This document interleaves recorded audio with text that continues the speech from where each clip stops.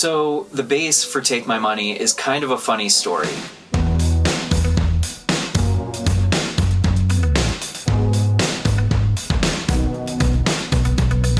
So I mentioned that this was the first track that Danny and I had done front to back.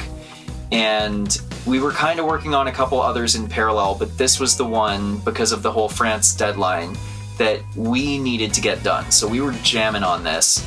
And the bass was pretty funny. We had this thing that we wanted to do, which kind of like mixed a whole bunch of styles that are really hard to play simultaneously. So we wound up mixing and matching a whole bunch of stuff, actually mixing and matching a whole bunch of different basses too, and also a bunch of synth layers in the low end, but that's a whole nother story. Mostly the bass in this song is electric bass. But there was this one bass that Danny had, which is kind of like, you know, I want to say it's like a semi-hollow body, and it had this nice round tone. So any of the finger style stuff, it sounded really, really good on that bass.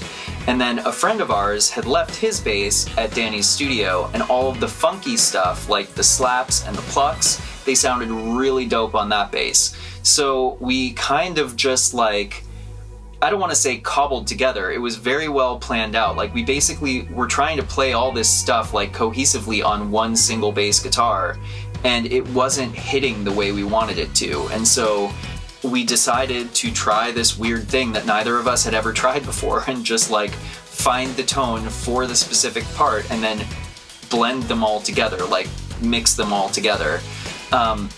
And then we also did this weird thing where, in addition to like the bass itself that's holding it down with the drums as a rhythm instrument, we wanted these little lead licks, but they themselves have their own character as well.